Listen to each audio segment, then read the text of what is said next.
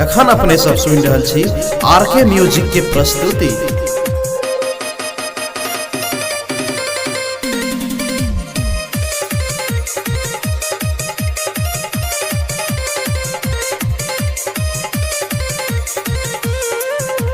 Hello की बजे छी डीजे विक्रम बेदर्दी की हाल चाल है?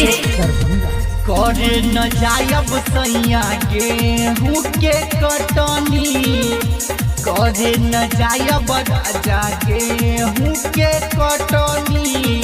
रात भर से जिया पकैनी बड़ा खटनी, रात भर से जिया पकैनी बड़ा खटनी।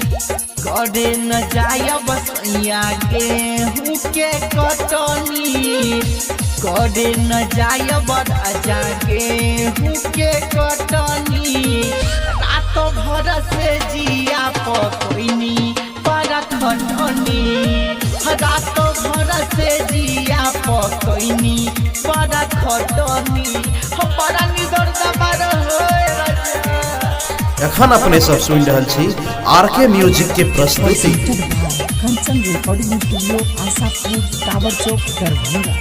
रात भर के जागल हमारा आबै छौंघाई, खाना बनाब पड़तै खेत कैसे जाई ए राजा।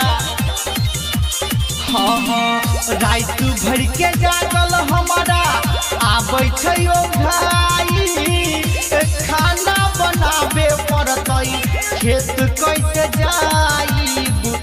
भरना लगा दी न तो दे दी खेत पटनी, भरना लगा दी न तो दे दी खेत पटनी। रात भर से जिया पकैनी बड़ा खटनी, रात भर से जिया पकैनी बड़ा खटनी। एखन अपने सब सुन रहल छी आरके म्यूजिक के प्रस्तुति।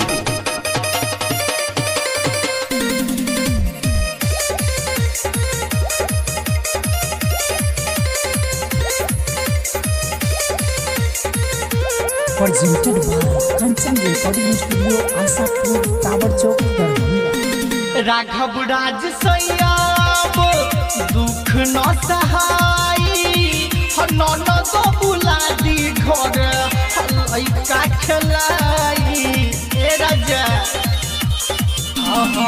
राघव राज सैयाब दुख न सहाई, ननद बुला दी घर लइका खेलाई।